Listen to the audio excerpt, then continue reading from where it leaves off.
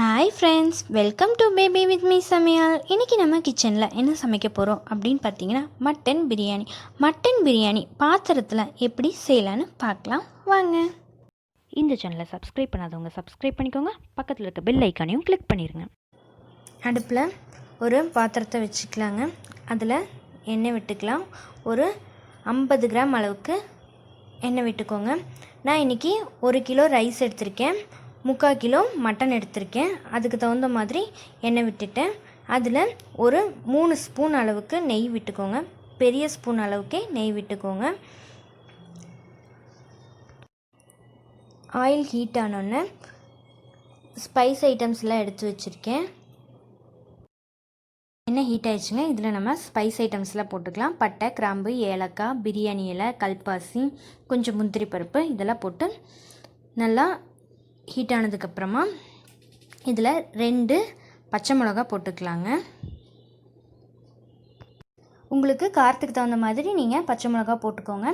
நான் 3 பெரிய வெங்காயத்தை நல்லா ஸ்லைஸாக கட் பண்ணி வச்சுருக்கேன். அதையும் போட்டு நல்லா வணக்கிக்கலாங்க.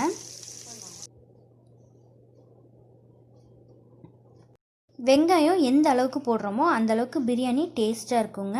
நான் ஒரு 3 பெரிய சைஸ் வெங்காயத்தை கட் பண்ணி இதில் நான் போட்டு நல்லா வணக்கிக்கோங்க. நல்லா கோல்டன் ப்ரௌன் கலரில் வர வரைக்கும் நல்லா வணக்கிக்கோங்க.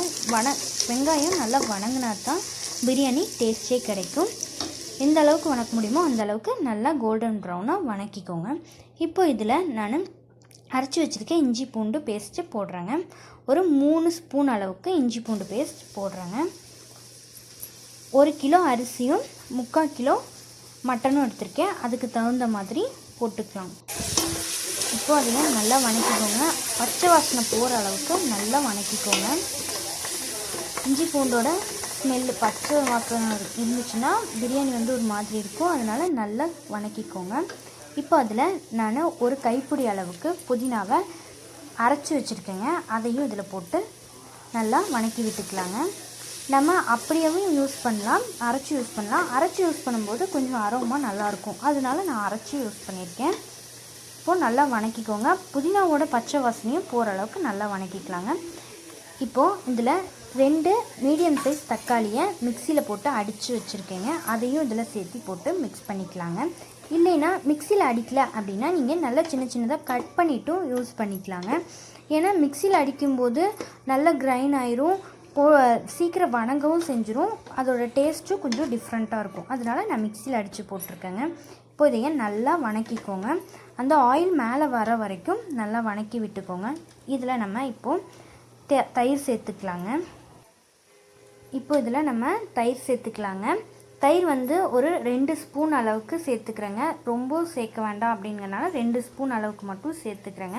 தயிர் எதுக்கு சேர்க்குறோம் அப்படின்னா நம்ம மட்டன் நல்லா சாஃப்டாக இருக்கணும், வேகும்போது நல்லா சாஃப்டாக இருக்கணும் அப்படிங்கிறதுக்காக தான் நம்ம தயிர் சேர்த்து வேக வைக்கிறோங்க. இதை நல்லா மிக்ஸ் பண்ணி விட்டுக்கோங்க. இதில் நம்ம இனி மசாலா ஐட்டம்ஸ்லாம் சேர்த்துக்கலாங்க. இப்போது 3 பெரிய ஸ்பூன் அளவுக்கு பிரியாணி மசாலா போட்டுக்கலாங்க. இது கடையில் வாங்கின பிரியாணி மசாலா இல்லைங்க, நான் வீட்டிலே ப்ரிப்பேர் பண்ண பிரியாணி மசாலா. இந்த பிரியாணி மசாலா எப்படி செய்யணும் அப்படிங்கிற வீடியோவை நான் இன்னொரு தனி வீடியோவாக போடுறேங்க. இப்போ இதையை நல்லா மிக்ஸ் பண்ணி விட்டுக்கலாங்க. மிக்ஸ் பண்ணி விட்டுட்டு இதில் 1 ஸ்பூன் அளவுக்கு மல்லிப்பொடி சேர்த்துக்கலாங்க. கொரியாண்டர் பவுடர் சேர்த்துக்கலாங்க. அதே மாதிரி இன்னும் 1 ஸ்பூன் அளவுக்கு கரம் மசால் பொடி சேர்த்துக்கலாங்க. நம்ம 2 பச்சை மிளகா தான் காரத்துக்காக போட்டிருக்கோம், அதனால 1 ஸ்பூன் அளவுக்கு மிளகாய்த்தூள் சேர்த்துக்கலாங்க. கொஞ்சோண்டு மஞ்சத்தூள் சேர்த்துக்கலாங்க. சேர்த்து நல்லா மிக்ஸ் பண்ணி விட்டுக்கலாங்க. மிக்ஸ் பண்ணோன்னே அந்த ஆயில் அடியில் கருகாமல் பார்த்துக்கணும், இல்லைன்னா அடி பிடிச்சிரும். நல்லா மிக்ஸ் பண்ணிகிட்டே இருங்க. இப்போது நான் ஒரு 3/4 கிலோ அளவுக்கு மட்டன் எடுத்து வச்சுருக்கேன். அதையும் இதில் போட்டு நல்லா மிக்ஸ் பண்ணி விட்டுக்கலாங்க. அந்த மசாலா மட்டனில் நல்லா பிடிக்கிற அளவுக்கு மிக்ஸ் பண்ணி விட்டுக்கோங்க. இல்லைன்னா மசாலா மட்டனில் பிடிக்காது. மசாலா நல்லா மட்டனில் பிடிக்கிற அளவுக்கு நல்லா மிக்ஸ் பண்ணி விட்டுக்கோங்க. இப்போது அந்த ஆயில் மேலே வர வரைக்கும் இது கொஞ்சம் நேரம் வேகட்டும். கொஞ்சம் உப்பு போட்டு வேக வச்சுருங்க. நம்ம சிக்கன்னா சீக்கிரம் வெந்துடும், மட்டன் வந்து கொஞ்சம் நேரம் ஆகும் வேகிறதுக்கு, அதனால கொஞ்சம் நேரம் வேகிறதுக்கு விட்டுருங்க. இப்போது நம்ம 1 கிலோ ரைஸுக்கு 10 டம்ளர் அளவுக்கு தண்ணி எடுத்து வச்சுருக்கோங்க. அதையே நல்லா ஹீட் பண்ணி எடுத்து வச்சுருக்கோங்க. ஏன்னா நம்ம மட்டன் வந்து நல்லா ஹீட் ஆகி வெந்திருக்கு. அதில் நம்ம பச்சை தண்ணி ஊற்றும் போது அந்த ஹீட் இறங்கிரும். அதனால நம்ம வாட்டரை ஹீட் பண்ணி ஊற்றிக்கிறோங்க. ஊற்றும்போது சீக்கிரமாக கொதிக்கவும் செஞ்சிடும், வேகவும் செஞ்சிடும். ஒரு வாட்டர் ஊற்றி நல்லா மிக்ஸ் பண்ணி விட்டுக்கோங்க. மிக்ஸ் பண்ணிவிட்டு நல்லா அடுப்பை ஃபுல் ஃப்ளேமில் வச்சு கொஞ்ச நேரம் இதையே மூடி வைக்கலாங்க. மூடி வச்சா நல்லா வெந்துடும். ஒரு 20 மினிட்ஸ் அளவுக்கு மூடி வைக்கலாங்க. அப்போ தான் வந்து மட்டன் நல்லா வெந்துடும். இப்போது மட்டன் நல்லா வெந்துருச்சு. மேலே பார்த்திங்கன்னா எண்ணெயெல்லாம் பிரிஞ்சு வந்துருச்சு. இப்போ நம்ம ரைஸை போட்டுக்கலாங்க. ரைஸில் இருக்க தண்ணியெல்லாம் வடிகட்டிட்டு நம்ம அரிசியை அதுக்குள்ளே போட்டுக்கலாங்க.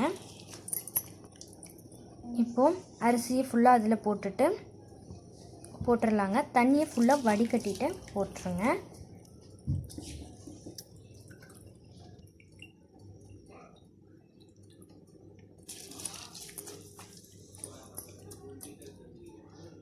இப்போது இதில் ஒரு கைப்பிடி அளவுக்கு புதினாவும் கொத்தமல்லி தழையும் நல்லா சின்ன சின்னதாக கட் பண்ணி வச்சுருக்கோங்க. அதையும் இதில் போட்டு மிக்ஸ் பண்ணிக்கலாங்க.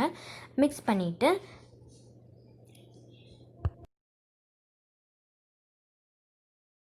இப்போ இதில் அரை லெமனை புழிஞ்சு விட்டுக்கலாங்க.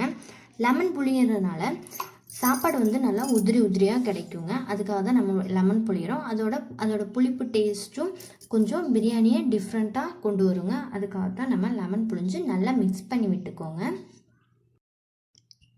இப்போது இதில் கொஞ்சம் உப்பு போட்டுக்கோங்க. தேவையான அளவு உப்பு போட்டுக்கோங்க. அதில் ஒரு 2 ஸ்பூன் அளவுக்கு நெய் விட்டுக்கோங்க. நெய் விட்டுட்டு க்ளோஸ் பண்ணி வச்சுருங்க. இப்போதைய திறந்து பார்க்கலாங்க. பார்த்தா நல்லா தண்ணியெல்லாம் இதாகிடுச்சுங்க. ரைஸும் நல்லா வெந்து வந்திருக்கு. இந்த ஸ்டேஜில் நம்ம தம் போட்டுக்கலாங்க. ஃபஸ்ட்டு அடுப்பில் ஒரு தோசைக்கல்லை வச்சுக்கலாங்க. அது மேலே நம்ம பிரியாணி பாத்திரத்தை எடுத்து வச்சுக்கலாங்க. வச்சுட்டு நல்லா க்ளோஸ் பண்ணி வச்சுருங்க. நல்லா கிளறி விட்டு க்ளோஸ் பண்ணிடுங்க. க்ளோஸ் பண்ணிவிட்டு அது மேலே ஒரு பாத்திரத்தில் ஹாட் வாட்டர் வச்சு அதையும் மேலே வச்சுக்கோங்க. நம்ம தம்மை ரிலீஸ் பண்ணிடலாங்க. இப்போ பார்த்திங்கனாலே தெரியும் ரைஸ் நல்லா வெந்துருச்சு. கொஞ்சம் கூட தண்ணி இல்லை. நல்லா அடியிலிருந்து கிளறி விட்டுக்கோங்க.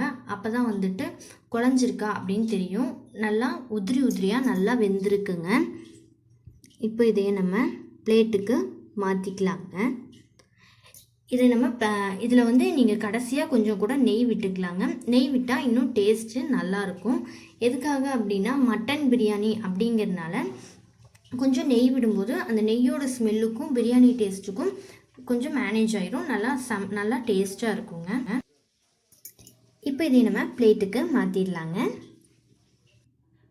சுவையான சூப்பரான ட்ரெடிஷ்னலான மட்டன் பிரியாணி செஞ்சோங்க. இதையே நீங்களும் உங்கள் வீட்டில் ட்ரை பண்ணி பாருங்கள். ட்ரை பண்ணி பார்த்துட்டு எப்படி இருந்துச்சு அப்படின்னு எனக்கு கமெண்ட் பாக்ஸில் கமெண்ட் பண்ணுங்கள். இந்த வீடியோ உங்களுக்கு பிடிச்சிருந்துச்சுன்னா லைக் பண்ணுங்கள், கமெண்ட் பண்ணுங்கள், உங்கள் ஃப்ரெண்ட்ஸ்க்கெலாம் ஷேர் பண்ணுங்கள். நம்ம பேபி வித் மீ சமையல் சேனலை சப்ஸ்கிரைப் பண்ணாதவங்க சப்ஸ்கிரைப் பண்ணுங்கள்.